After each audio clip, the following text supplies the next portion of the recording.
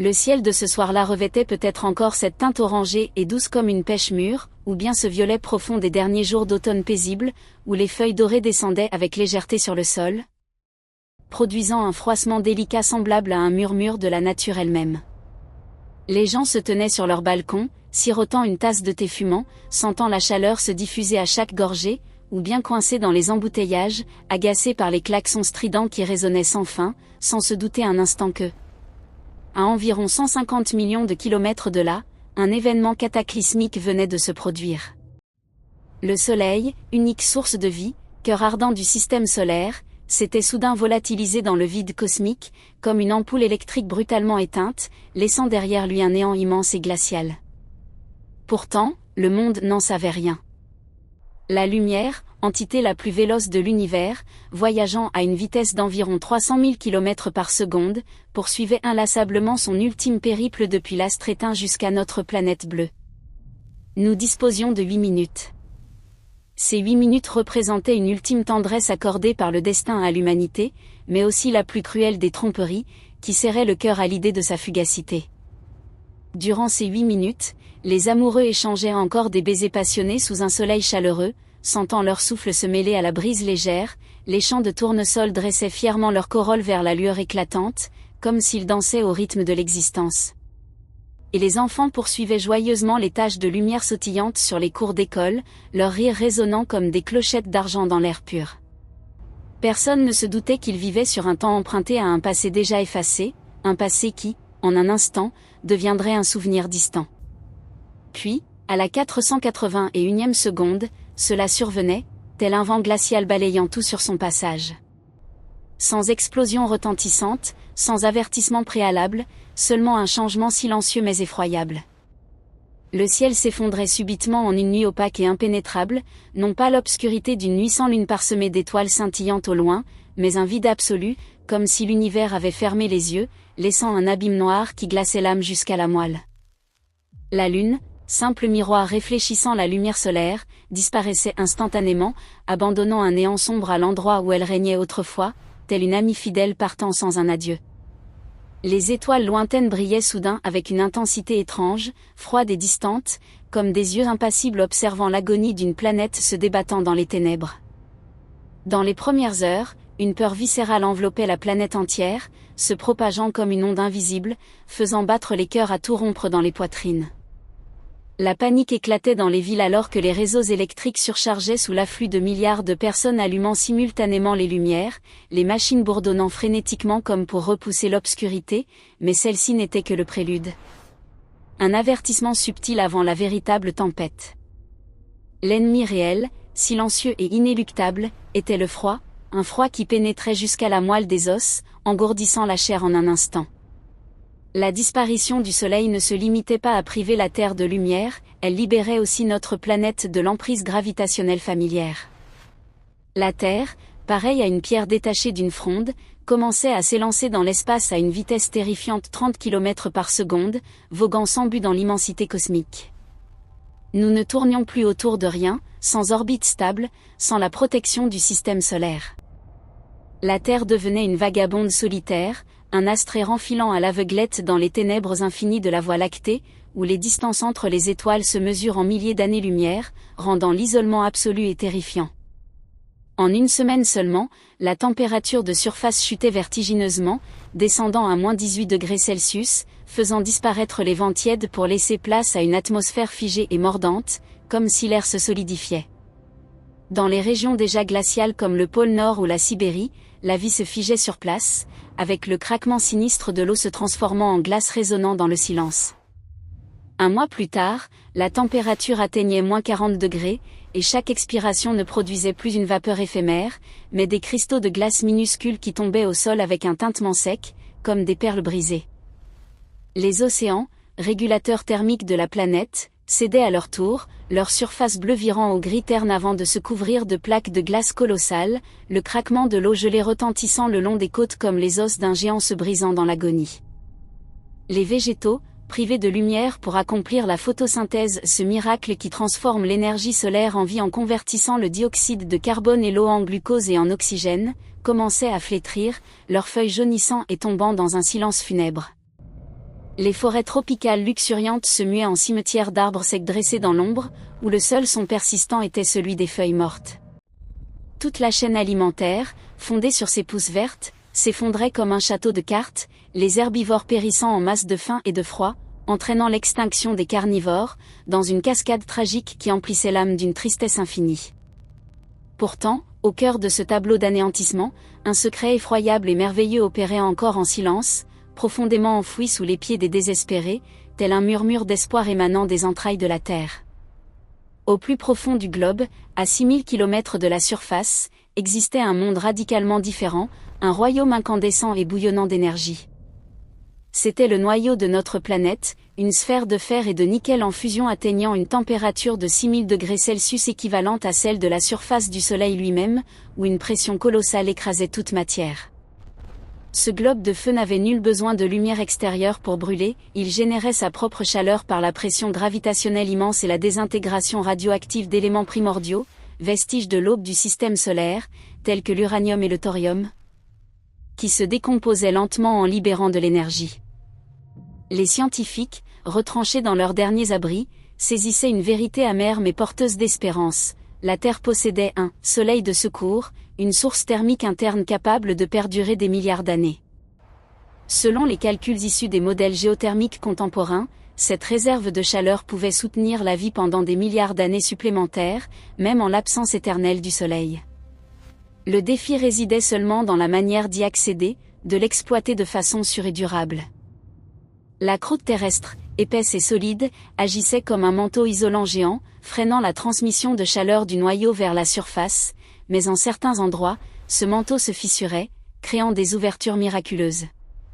Ces failles se situaient dans les fosses océaniques profondes, où les plaques tectoniques se déplaçaient, ouvrant des passages pour cette énergie thermique. En 1977, le sous-marin Alvin plongeait à 2500 mètres dans l'océan Pacifique et révélait un spectacle qui défiait toutes les connaissances biologiques de l'époque. Une découverte qui stupéfiait les scientifiques et inaugurait un nouveau chapitre dans la compréhension de la vie. Au cœur d'une obscurité éternelle, où la pression pouvait pulvériser un char d'assaut en une feuille de papier, il découvrait d'immenses cheminées noires, expulsant de l'eau à 400 degrés Celsius, avec un grondement sourd comme de la vapeur bouillonnante. Autour de ces évents hydrothermaux, la vie non seulement persistait, mais foisonnait avec une vitalité explosive, tel un jardin secret au fond des abysses. Des vers tubicoles géants, longs de plusieurs mètres, d'un blanc immaculé avec des têtes écarlates, des crabes aveugles d'un blanc neigeux, des coraux étranges accrochés à la source de chaleur, formaient un écosystème multicolore malgré l'absence totale de lumière. Ces créatures n'avaient jamais vu le soleil, elles prospéraient dans une obscurité complète, sous une pression des centaines de fois supérieure à celle de la surface. Elles se passaient de lumière. Elles se nourrissaient d'un processus nommé chimiosynthèse, où des bactéries absorbaient des composés soufrés de l'eau chaude, les convertissant en énergie via des réactions chimiques, et sustentant ainsi tout un écosystème indépendant du monde supérieur. Pour elles, la disparition du Soleil n'avait aucune incidence, car leur énergie provenait des entrailles de la Terre, de minéraux comme le sulfure d'hydrogène et le méthane. Leur univers restait chaud, abondant, vibrant de vie tandis que l'humanité gelait à la surface, créant un contraste saisissant qui interrogeait la résilience de l'existence. Des recherches récentes, menées en 2025 par des équipes internationales, ont révélé que ces écosystèmes hydrothermaux s'étendent bien au-delà des zones précédemment explorées, atteignant les abysses à dalles les plus profonds, comme la fosse des Mariannes, où des communautés chimiosynthétiques florissantes subsistent grâce à des flux d'énergie géochimique, défiant les limites supposées de la vie. C'était la chaîne alimentaire des ténèbres, un système où les bactéries chimiosynthétiques formaient la base, soutenant des animaux plus complexes, et cela prouvait que la vie était une entité d'une ténacité folle, capable de s'adapter aux conditions les plus hostiles. Des scientifiques comme Cindy Van Dover, de l'Université Duke, ont approfondi l'étude de ces écosystèmes, démontrant qu'ils pouvaient perdurer des milliers d'années sans soleil, reposant entièrement sur l'énergie géochimique. Sur des plateformes comme X, des experts tels qu'Andrew Thaler, biologiste marin, ont discuté de l'application de ces découvertes à d'autres planètes, où la vie ne dépendrait pas d'une étoile centrale. Revenons aux humains, ces êtres fragiles accoutumés à la générosité de la lumière solaire, avec une peau vulnérable et un besoin constant d'oxygène. Un an après la disparition du Soleil, la température de surface plongeait à -100°C, selon les modèles climatiques de la NASA, provoquant des transformations étranges dans l'atmosphère, comme des vents erratiques et des brouillards denses. L'oxygène et l'azote, gaz essentiels à la vie, approchaient de leur point de liquéfaction sous ce froid extrême. L'azote à -196°C, l'oxygène à -183°C. Des pluies liquides d'un bleu pâle commençaient à tomber du ciel, couvrant le sol d'une couche mortelle, avec un bruit de gouttes semblable à une grêle. Si l'on s'aventurait dehors à ce moment, la mort ne survenait pas par asphyxie immédiate, mais par le gel instantané des poumons, comme une pierre calcaire, une sensation de froid envahissant de l'intérieur vers l'extérieur. Des études récentes en 2025 sur la production d'oxygène sombre, un oxygène généré sans lumière par des nodules polymétalliques au fond des océans. Via un processus électrochimique analogue à une batterie naturelle, suggère que des mécanismes similaires pourraient persister dans les abysses, maintenant des poches d'oxygène même sans photosynthèse, enrichissant la compréhension de la vie dans les environnements extrêmes.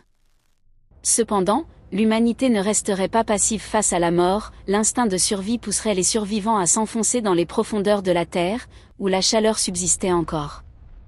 Des cités souterraines seraient érigées, creusées à des kilomètres dans la croûte planétaire, avec le ronronnement des foreuses résonnant comme le battement d'un cœur d'espérance.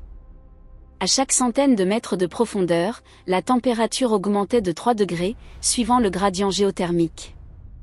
À une profondeur de 3 à 4 km, une zone thermique idéale serait atteinte, où l'énergie géothermique pourrait alimenter des lampes à diodes électroluminescentes économes, cultiver des fermes hydroponiques regorgeant de légumes verts sous une lumière artificielle, et réchauffer les ultimes espoirs de l'espèce, forgeant une communauté résiliente.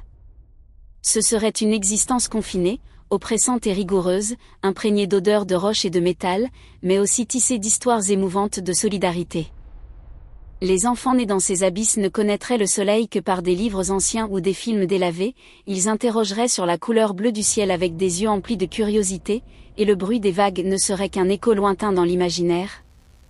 Car la surface de la Terre ne serait plus qu'un vaste cimetière blanchi par la glace et les gaz liquéfiés, où le vent hurlerait sur les sommets figés comme une lamentation du passé. Des siècles s'écouleraient, et la Terre devenue un astre errant poursuivrait sa course dans l'obscurité, à une vitesse inexorable, croisant des objets étranges dans l'espace interstellaire. Les cités souterraines pourraient s'épuiser en ressources, où la croûte terrestre se refroidirait lentement, obligeant les humains à creuser toujours plus profond, jusqu'à l'impossible, avec le bruit des excavations résonnant comme un défi au destin. Finalement, les traces de la civilisation humaine pourraient s'éteindre, laissant une planète muette comme une bille de cristal oubliée dans un coin sombre de l'univers, mais cela suscitait une curiosité profonde sur la capacité de récupération. Pourtant, au fond des mers, où les évents hydrothermaux continuaient à expulser leur fumée avec persévérance, la vie perdurerait, les vers tubicoles dansant dans les eaux chaudes, les bactéries décomposant inlassablement les composés chimiques, instaurant un rythme vital éternel. Pour elles, l'ère humaine n'était qu'un clin d'œil fugace dans l'histoire géologique, un instant éphémère dans des milliards d'années. Elles étaient les véritables maîtresses de la planète, indépendantes de toute étoile, et cela invitait à une réflexion profonde sur notre place dans le cosmos. Des recherches en 2025 ont identifié de nouveaux écosystèmes sous les évents hydrothermaux, révélant des communautés florissantes dans les abysses les plus profonds, où la chimiosynthèse soutient une biodiversité inattendue, amplifiant le mystère de la vie résiliente. L'histoire de la disparition du Soleil n'était pas seulement une hypothèse de fin du monde, mais une leçon d'humilité, rappelant que l'humanité n'était qu'une infime partie d'un tout.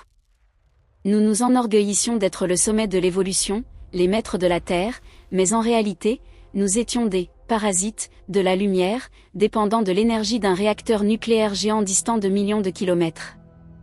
Sans lui, toutes nos technologies, nos croyances, nos ambitions devenaient insignifiantes face au froid absolu de l'univers, où la température de fond n'atteignait que -270°C. Néanmoins, l'existence des créatures des abysses ouvrait une porte d'espérance autre, empreinte de mystère. L'univers ne se limitait pas aux planètes semblables à la Terre pour abriter la vie. Sur Europe, lune de Jupiter, ou Encelade de Saturne, sous des couches de glace épaisses de dizaines de kilomètres, s'étendaient d'immenses océans liquides, où la mission Europa Clipper, lancée en 2024 et arrivée en 2030, à détecter des signes d'évents hydrothermaux et de composés organiques complexes. Là-bas, des évents similaires pourraient opérer, des chaînes alimentaires des ténèbres, fonctionnant avec des molécules organiques comme des hydrocarbures et de l'ammoniac, identifiées dans les panaches aqueux par les données du télescope Cassini et du James Webb en 2025. La vie pourrait germer dans les endroits les plus sombres et froids, pourvu qu'une source d'énergie interne existe, comme les forces de marée de la planète mère générant de la chaleur par friction. Des études récentes en 2025 sur les planètes errantes, ces astres vagabonds éjectés de leur système stellaire, indiquent que certaines pourraient conserver leur lune, où le chauffage de marée maintiendrait des océans souterrains habitables, élargissant les possibilités de vie dans l'univers. Le Soleil n'était qu'une des innombrables manières dont l'univers nourrissait la vie, non la seule, selon les théories de scientifiques comme Avi Loeb de Harvard, qui spéculaient que des planètes errantes pourraient héberger la vie grâce à la géothermie et aux forces de marée lunaire.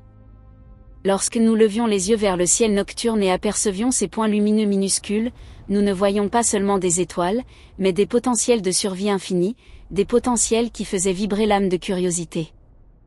La Terre pourrait un jour perdre son Soleil, dans un avenir lointain, lorsque l'astre vieillirait et gonflerait en un géant rouge, incinérant tout dans un rayon de centaines de millions de kilomètres, selon les modèles d'évolution stellaire actualisés en 2025. Mais d'ici là, nous avions du temps. Du temps pour comprendre que la vie n'était pas un privilège réservé aux surfaces ensoleillées, mais une flamme tenace, capable de s'embraser depuis les confins de l'obscurité et de la pression, comme ces bactéries sur Encelade.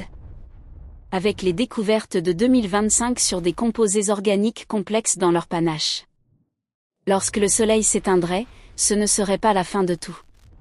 Ce serait le commencement d'un chapitre nouveau, où la vie rejetterait son manteau radieux de lumière pour revenir à son essence primitive, une survie pure dans les bras de la mère Terre.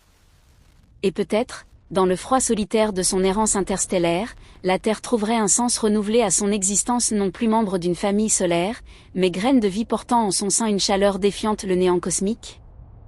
Comme les discussions scientifiques sur X concernant l'oxygène sombre, un oxygène produit sans soleil par des bactéries abyssales.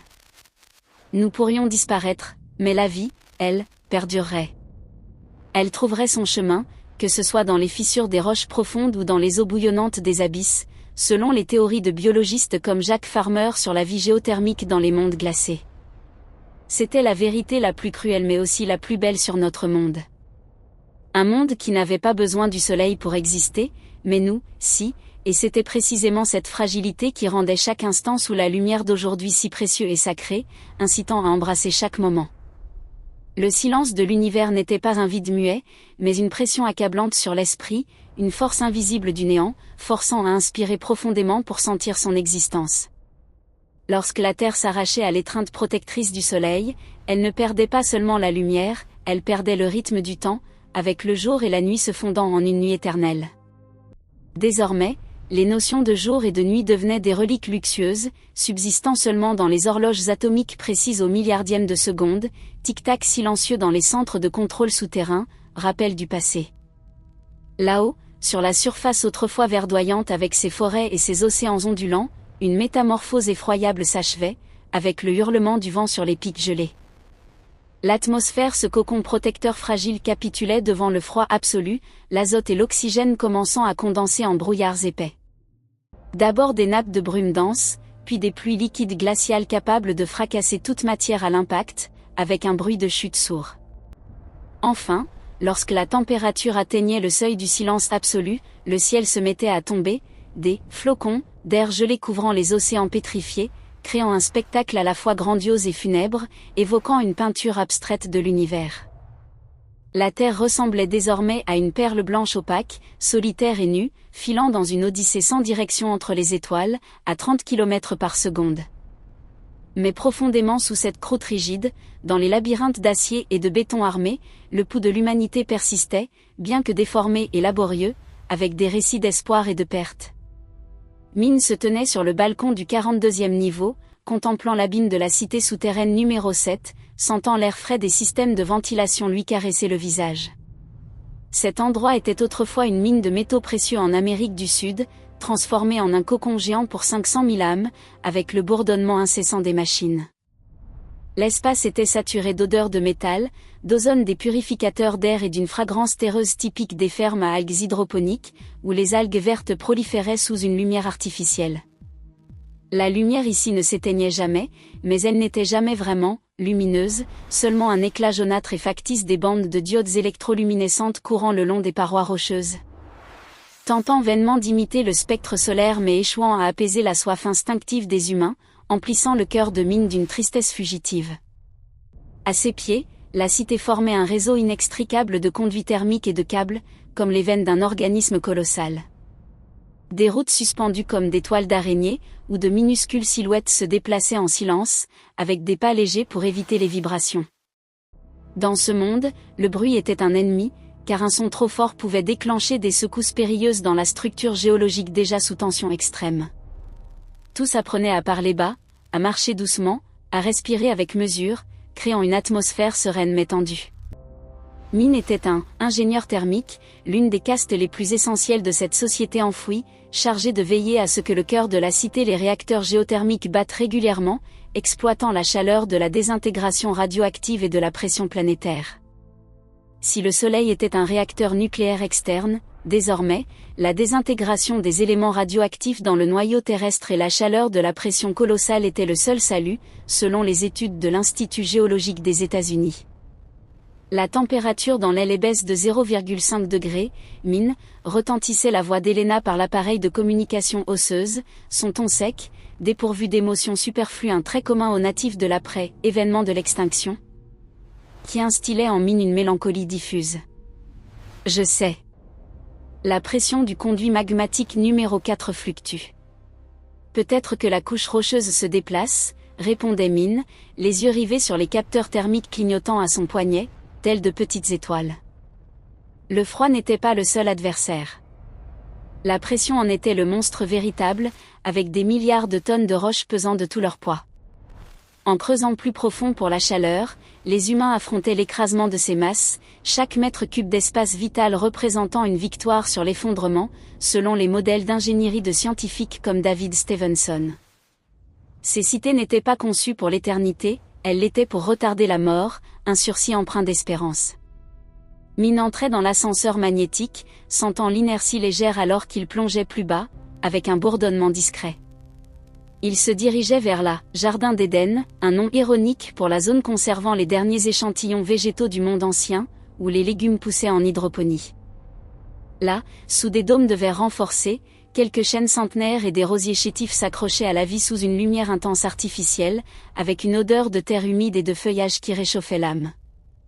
Les enfants de la cité y étaient amenés pour apprendre le concept de « nature », contemplant les feuilles vertes avec une curiosité mêlée de crainte, comme face à une créature extraterrestre, et posant des questions innocentes qui forçaient les adultes à réfléchir.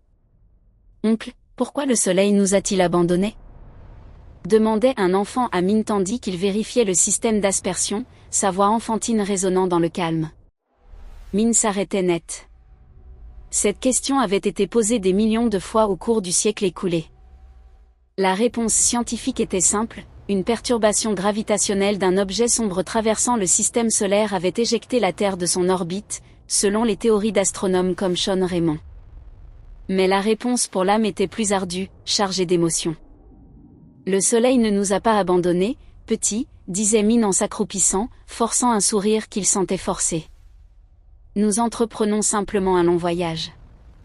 La Terre marche désormais sur ses propres jambes, au lieu de tenir la main de sa mère Soleil. L'enfant le fixait, ses yeux ronds reflétant la lueur jaune. Alors, quand le reverrons-nous ? Peut-être. Dans très longtemps. Ou peut-être trouverons-nous une nouvelle étoile, répondait Mine, sachant que cette probabilité était quasi nulle, selon les calculs de la NASA sur les distances interstellaires. C'était un mensonge doux, mais porteur d'espérance. La chance que la Terre soit capturée par une autre étoile dans l'immensité interstellaire était infime, avec des distances de dizaines d'années-lumière. Nous étions un vaisseau de sauvetage sans gouvernail, dérivant dans l'océan noir de l'univers, où les espaces entre les étoiles se mesuraient en années-lumière de vide, approfondissant l'isolement. La solitude de la Terre atteignait désormais un absolu. Lorsque l'atmosphère gelait, elle formait une couche isolante supplémentaire, freinant la perte de chaleur résiduelle interne, mais bloquant aussi tout signal radio externe. Si une civilisation extraterrestre tentait de communiquer, nous ne l'entendrions jamais, une idée suscitant une curiosité profonde sur d'autres formes de vie cosmique. La psychologie humaine dans cette obscurité perpétuelle engendrait des mutations étranges, comme l'émergence de nouvelles religions. Une foi nouvelle surgissait là, secte du noyau chaud, croyant que la Terre était une entité vivante, une mère sacrifiant son magma pour nourrir ses enfants pécheurs, avec des rituels dans les niveaux profonds où la température pouvait rôtir un homme. Pour eux, la chaleur était la sainteté, et la lumière une illusion, une croyance empreinte de mystère. À l'opposé, les « nostalgiques » consacraient leur vie à collecter des films anciens, des photos de ciel bleu, de plages dorées et de vagues murmurantes, vivant dans des chambres holographiques recréant des couchers de soleil, mais cette artificialité était parfois plus cruelle que les ténèbres, poussant certains à la folie. Min sortait du jardin, l'esprit hanté par la question de l'enfant. Il regagnait son bureau, où des cartes géologiques tridimensionnelles montraient les flux magmatiques comme des veines écarlates, lui donnant l'impression que la planète respirait. Il remarquait une anomalie. Une hausse soudaine de pression du pôle sud. « Elena, voyez-vous les données de la station 9 ?» contactait-il. « Oui. J'analyse.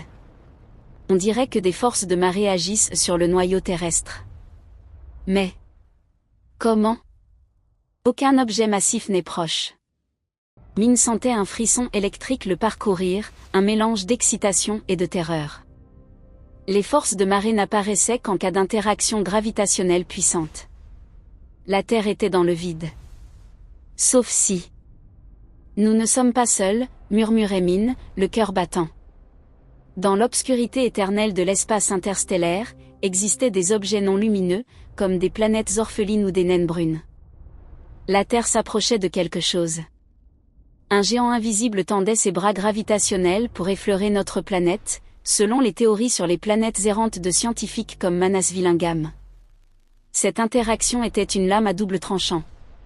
D'un côté, les forces de marée malaxaient les entrailles terrestres, augmentant le frottement des couches rocheuses, générant une chaleur colossale, une énergie gratuite prolongeant l'existence humaine de milliers d'années, similaire à celle sur Europe. De l'autre, elle déclenchait des séismes dévastateurs, des éruptions volcaniques massives capables de déchirer les cités souterraines comme des coquilles d'œufs, avec des explosions retentissantes. Min, si c'est une naine brune, nous pourrions être capturés dans son orbite, disait Elena d'une voix tremblante, une rare émotion. Nous aurions un nouveau soleil. Même si ce n'est qu'une sphère gazeuse brûlant sourdement, c'est une étoile, selon les recherches de 2025 sur les planètes errantes. Où elle nous disloquerait avant que nous stabilisions l'orbite, répliquait Min, les yeux fixés sur les chiffres dansant follement sur l'écran.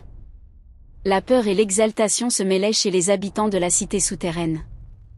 La nouvelle se propageait vite par les canaux internes, pour la première fois depuis des générations, les humains avaient un objectif, un événement astronomique à anticiper au lieu de se préoccuper des filtres à air, vivifiant l'atmosphère. Mais la vie à 4 km sous terre ne permettait pas de rêver longtemps. Les premières secousses survenaient. D'abord des grondements sourds des profondeurs, comme le soupir d'un monstre antique. Puis, les murs d'acier gémissaient sous la pression changeante, avec des craquements métalliques. Min travaillait sans relâche pendant 48 heures. Il ajustait les vannes de décharge thermique, empêchant des explosions de vapeur qui pourraient effondrer un secteur entier. Dans la chaleur étouffante de la salle des machines, où la sueur s'évaporait avant de perler, Min se sentait comme un marin entrant dans l'œil du cyclone, le cœur palpitant. Il se rappelait les récits des océans. Jadis, quand la Terre avait un soleil, la Lune usait de sa gravité pour créer les marées, nourrissant la vie côtière par le flux et reflux des eaux. Désormais, une entité obscure jouait le rôle de la Lune, mais à une échelle cataclysmique. Elle ne tirait pas seulement l'eau, elle tirait la roche, le fer fondu du noyau, générant de la chaleur par friction.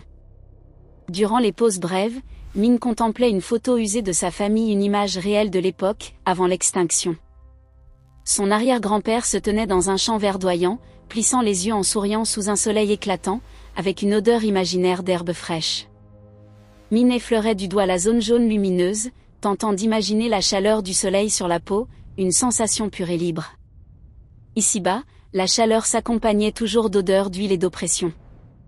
La chaleur solaire, d'après ses lectures, était une chaleur pure et libre, serrant son cœur. Si nous survivons à cette approche, disait Elena alors qu'il mangeait une soupe d'algues fades dans la cantine, à quoi ressemblera le monde? Nous resterons sous terre, soupirait Mine. Même avec une naine brune ou quoi que ce soit, la surface reste un cimetière gelé. Mais au moins, nous aurons plus de temps. Peut-être assez pour développer une conversion énergétique plus efficace, ou même construire de vrais vaisseaux spatiaux pour quitter la planète, selon les idées du physicien Miguel Alcubierre sur les moteurs de distorsion. Quitter la Terre? Elena le regardait comme s'il proférait une hérésie. C'est notre foyer. Même sombre et froid, c'est le seul endroit de l'univers que nous puissions appeler ainsi. Le foyer est là où la vie germe, Elena. Actuellement, nous survivons dans une grotte. Nous ne vivons pas, nous reportons la mort, répondait Mine, la voix chargée d'émotion. Leur débat était interrompu par une secousse sismique violente. Les lumières de la cantine s'éteignaient, ne laissant que l'éclat rouge des alarmes d'urgence, avec les sirènes hurlant, déchirant le silence. Effondrement dans le secteur 9. Le conduit magmatique a débordé, annonçait une voix rauque par les haut-parleurs, semant la panique. Le secteur 9 abritait les principales fermes hydroponiques. Sa perte couperait l'approvisionnement alimentaire de la cité en un mois.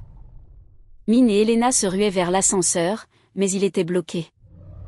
Ils couraient par les escaliers d'urgence abrupts, où la température grimpait follement, la sueur les trempant. Près de la zone sinistrée, le spectacle était horrifique. Une fissure massive avait déchiré un mur de béton de 3 mètres d'épaisseur. Au lieu d'un air froid, une cascade de roches fondues rougeoyantes avançait lentement, consumant tout sur son passage. L'odeur de protéines brûlées des bassins d'algues emplissait l'air, piquant les narines. « Il faut fermer les sas de séparation !» hurlait Mine dans le rugissement du magma. « Mais il y a encore des gens dedans !» indiquait Elena, pointant les ouvriers désespérés tentant de fuir, la voix tremblante. C'était la cruauté de la survie. Dans ce monde enfoui, les mathématiques de la vie se réduisaient parfois à des soustractions douloureuses. Pour sauver 500 000 personnes, il devait sacrifier 50.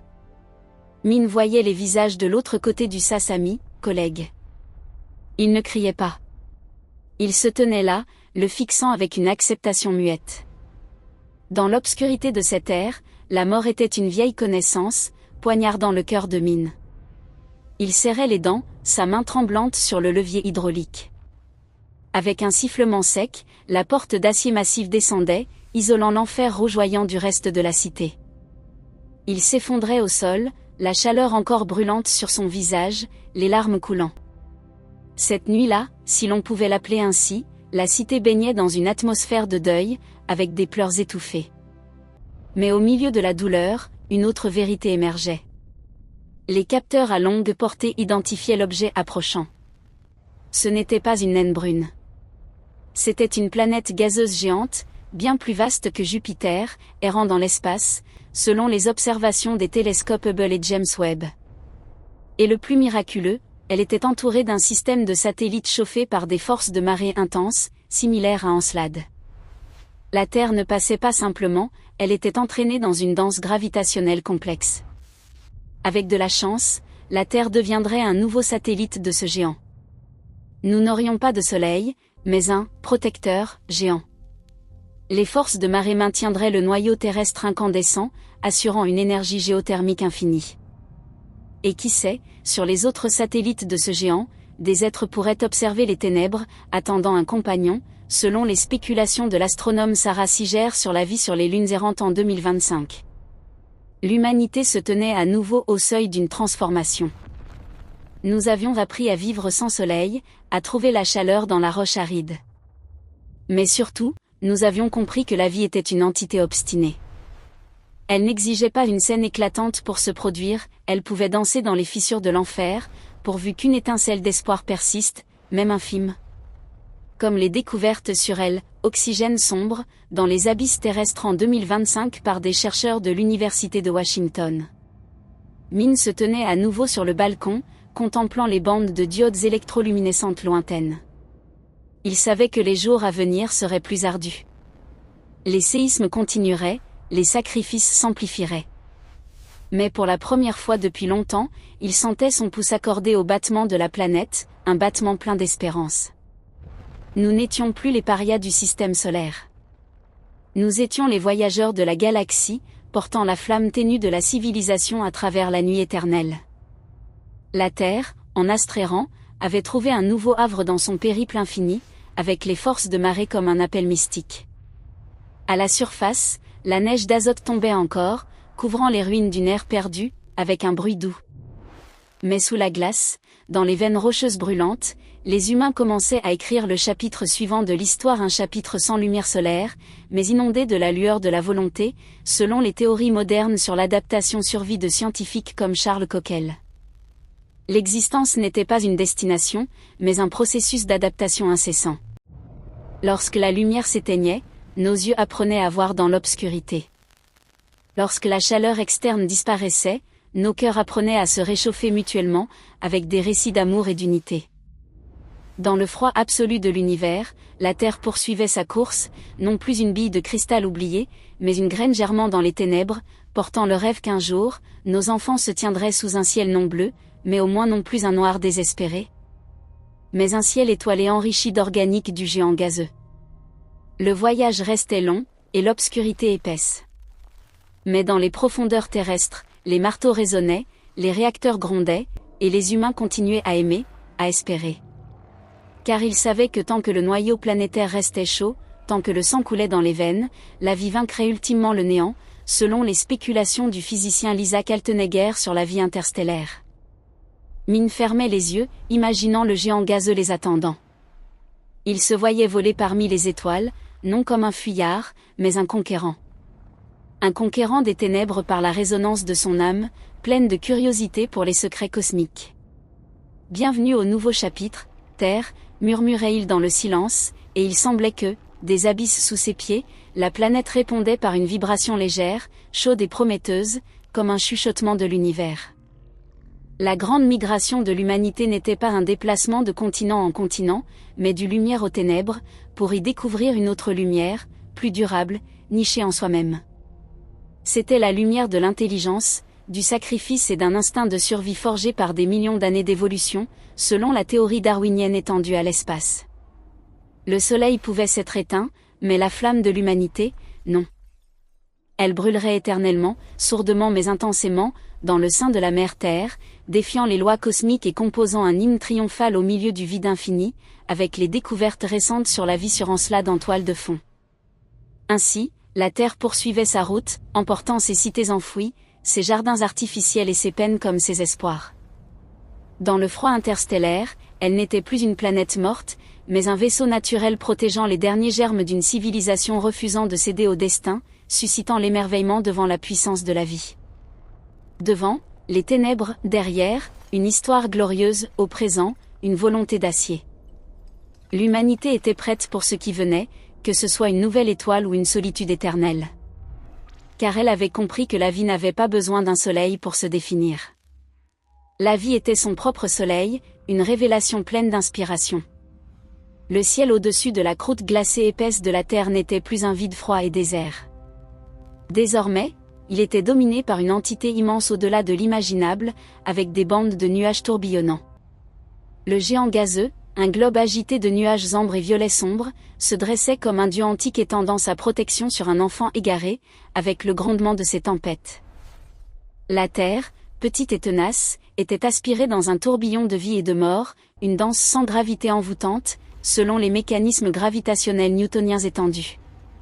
Mine se tenait dans la cabine d'observation du centre de commandement, où des vitres renforcées de mètres d'épaisseur le séparaient de la rigueur cosmique, avec le froid s'infiltrant sur le verre.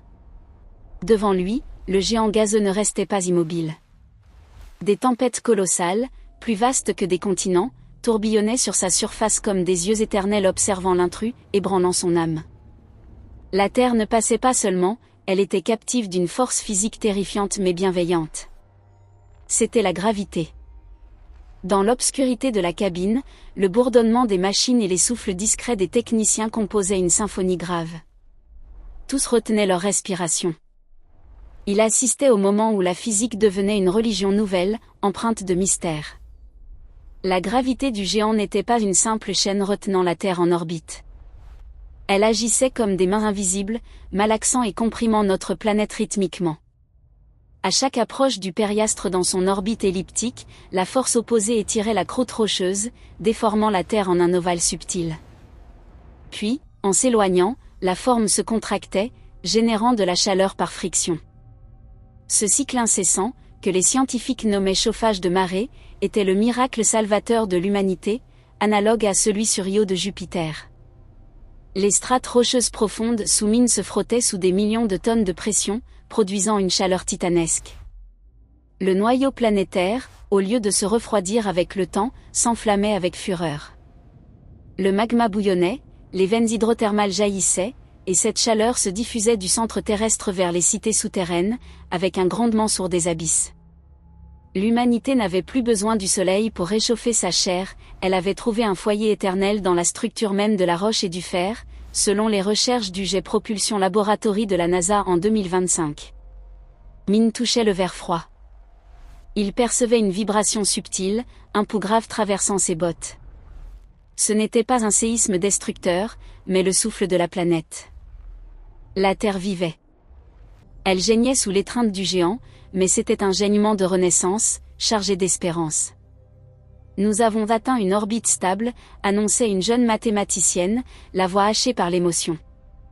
Nous ne vagabondons plus. Nous avons un foyer.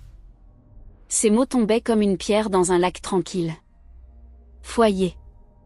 Un terme qu'on croyait éteint depuis l'extinction du Soleil. Mais désormais, le foyer n'était plus une coordonnée fixe dans l'ancien système solaire, mais la présence de ce compagnon géant.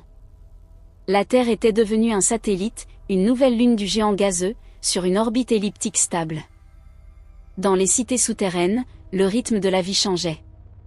L'énergie géothermique abondante des forces de marée permettait aux usines électriques de tourner à plein régime, avec le rugissement des turbines. Les jardins artificiels, où le blé et les légumes s'élevaient sous des diodes électroluminescentes à large spectre, resplendissaient, diffusant une odeur de fraîcheur. La terreur d'une mort blanche dans une solitude infinie cédait à une anxiété nouvelle, plus tangible, s'adapter à une planète en perpétuel tremblement. Les humains construisaient des architectures flexibles, des cités pouvant onduler avec le pouls géologique.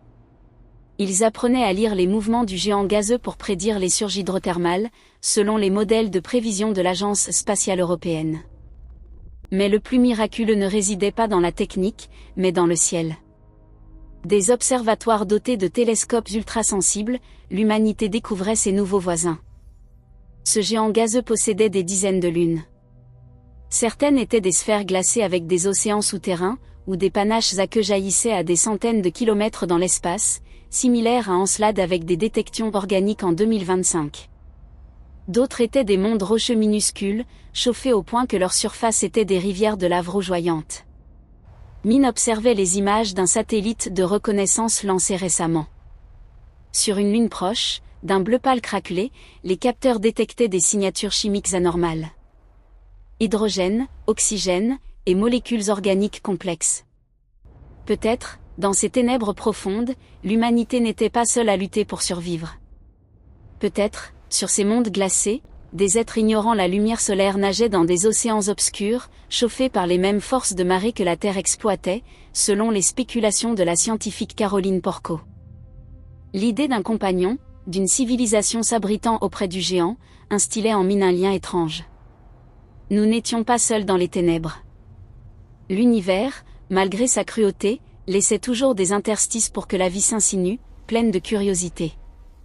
Cette nuit-là, si l'on pouvait nommer nuit un monde sans aube, Min déambulait dans les couloirs de la cité souterraine. Il passait devant une petite école, où les enfants apprenaient l'histoire de l'ère de la lumière. Il contemplait des images de ciel bleu, de plages dorées et d'océans miroitant avec une innocence comme si c'était des contes sur une planète lointaine.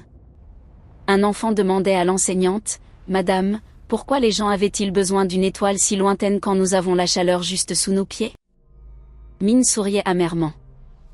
La nouvelle génération n'aurait pas de nostalgie pour le soleil. Pour eux, La Terre était un vaisseau, et le géant gazeux un port. Il grandirait avec l'esprit de résident cosmique, indépendant d'une étoile fixe. L'humanité avait évolué de créatures adorant la lumière en maître des ténèbres, selon les théories d'adaptation modernes. Il s'arrêtait devant une fenêtre donnant sur un grand conduit géothermique. En bas, le magma rouge fluait dans d'immenses tuyaux, ressemblant aux veines d'une entité vivante. La vie, réalisait-il, était une obstination pure. Elle n'exigeait pas une scène radieuse, seulement une source de chaleur et une volonté inflexible. Nous avions transformé la Terre d'une perle verte fragile en une forteresse de roches et de fer, filant dans le vide avec une flamme inextinguible en son sein, suscitant l'émerveillement. La grande migration ne s'achevait pas par la découverte d'un nouveau soleil. Elle s'achevait par la réalisation que nous n'en avions pas besoin. L'existence humaine était désormais définie par sa propre résonance. L'intelligence humaine, les sacrifices des prédécesseurs, et l'instinct de survie farouche avaient forgé une espèce nouvelle, pleine d'inspiration. Lorsque Min regagnait la cabine d'observation, le géant gazeux occupait tout l'horizon. Une éclipse lunaire colossale survenait alors que la Terre entrait dans l'ombre du « protecteur ». Durant quelques heures, la planète entière baignerait dans le silence absolu de l'espace. Mais sous la croûte glacée, des milliards d'ampoules brillaient, les réacteurs grondaient, et les cœurs battaient. Ils fermaient les yeux, écoutant le rythme cosmique. La Terre vibrait, une vibration chaude et prometteuse. C'était le salut d'un nouveau foyer, un chapitre neuf dans l'épopée infinie de la vie. L'humanité avait traversé la nuit éternelle non en fuyant les ténèbres, mais en s'y intégrant, et finalement, en les illuminant de l'intérieur, selon les théories sur la vie indépendante du Soleil du National Geographic en 2025. Nous étions prêts, murmurait Min. Au-delà, parmi les étoiles distantes et le froid absolu, la Terre poursuivait son chemin. Non plus une réfugiée, mais une voyageuse fière, portant l'espérance d'une civilisation défiant le destin cosmique. La bataille contre le néant avait un vainqueur, la vie, dans toute sa fragilité et sa ténacité, avait triomphé. Le soleil pouvait être mort, mais la lumière de l'humanité ne faisait que commencer. Une lumière non issue de réactions nucléaires à des millions de kilomètres, mais de la chaleur des mains serrées, de l'éclat de l'intelligence et de la flamme éternelle de l'espérance. Le voyage restait long, mais cette fois, nous ne craignions plus les ténèbres.